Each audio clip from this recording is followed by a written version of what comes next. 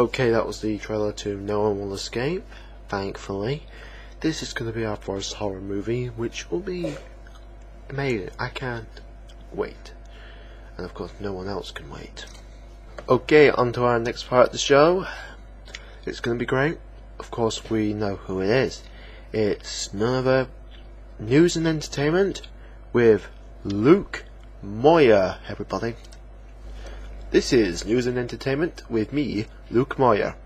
Okay, in our first bit of news, Gilly Boy is going to be releasing Vincent, his first movie, which is also a horror. Not bad, I got to say, not bad. I can't wait. We're going to review it as well. Just as a special treat for what he's done to us, we can do back to him. In other news, we all want Vodug. That's the spot we're talking about. Vodug has been gone for so long, we want him back, and I bet everyone agrees. If you wish to help us, put in your review at the bottom of this page. None other than we want Vodug. Say that, it's a good appeal. In other news, we are unfortunately cancelling Space Idiots.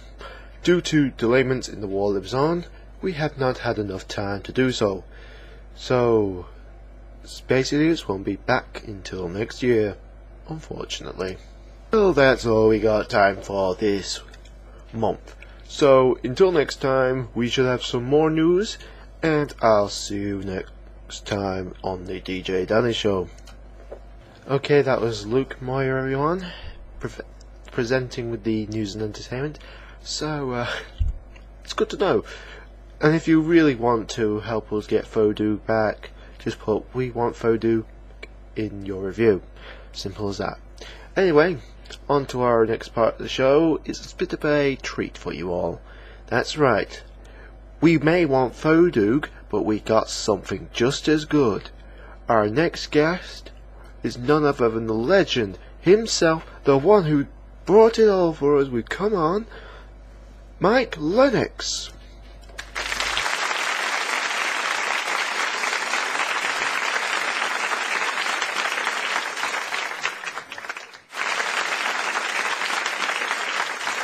Thanks for coming, Mr. Lennox. Thanks. I'm glad I'm on. Thanks for the invitation. Very good, very good. So, what brought the idea of Come On to life?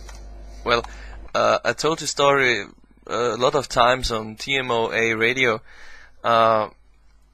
It was just something that happened because I made a movie called Handmade Planets, which is still available on www.flanagan'sfork.com to watch, and it was a little science fiction flick, and funny thing, the four guys were already there, and the first time I did all the voices for all of them.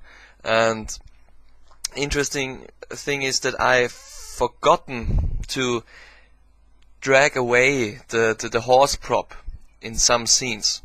You know, suddenly there was a horse standing behind a character while I was in the post-production, and I couldn't get it out, and I didn't want to go back to shooting, and yeah, and so I made a joke around it. So somebody said, "Oh, you know, there's a horse behind you." No, there is no horse behind you. Yes, there is a horse behind you. There is a horse behind you. Yeah, and this started out the whole horse thing. I think the real idea with the story, I'm a horse, with the joke, came from the trailer of Come On, because I wanted a punchline, and I had myself in the living room and talking to a horse.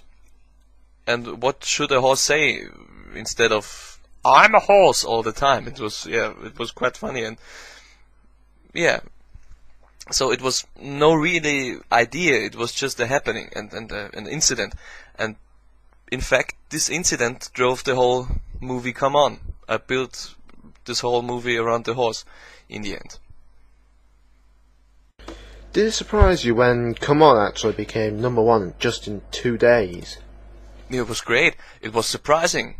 Very surprising, because, I mean, of course, I wanted to have the movie a bit up in the charts because it took a lot of work to do it, and it was a lot of love and detail went into that movie.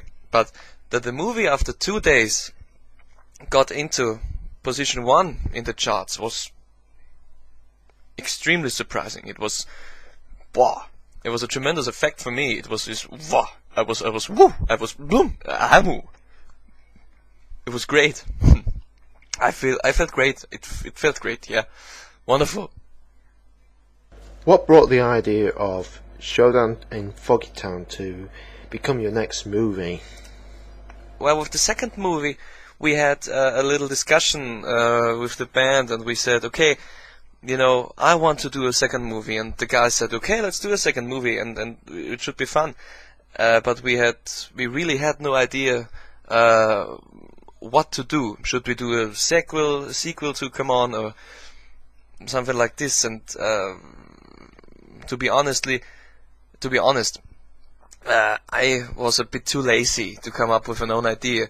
So I said, okay, let's take 5 different, or I think 4 or 5 different movie titles, and then put it into the forum and let the people decide what movie they want to see. Do they want to see a sequel to Come On? Do they want to see a western? Do they want to see a science fiction movie? Or something completely different? And we did a poll, and after the polls and the votes came in, it was, in the end, yeah, it was a western. Showdown in Foggy Town. Great. It was, yeah, funny. So, after all, this is the movie the people wanted. Or maybe not. No idea. Don't care really. I loved it. We all know Left in Town was the last in the trilogy, but how did you come up with the idea for this? Oh yeah, you know, it was pretty difficult to come up with something really new. Come On was something new because before Come On, nobody really tried to achieve, I think, oh yeah, okay, people tried to achieve, but nobody really pulled it off to give a, I think, to give a real movie feeling to it. That was the reason because why I did the credits all and the intro scenes and stuff like this, and the music and the soundtrack. I wanted to create a really movie-like experience for the people, and this worked with Come On. The new thing with Showdown in Foggy Town was the western thing, of course, but there wasn't really something new. But with Left in Town, I had the idea. I always had the idea in mind after Showdown in Foggy Town. I really want to do something like a musical number in the end, something like Phantom of the Opera, where it's moody, and then the villain has its own music, and the heroes have their own music, and so on, and stuff like this. So, yeah, it was pretty. I have to say, the whole movie Left in Town is only a build-up for the last music number. I think the music number was the first thing that was ready and finished for this movie. It was, yeah, it was done in it once, I think, yeah, pretty much. And this, I think I love it. I think it was a great,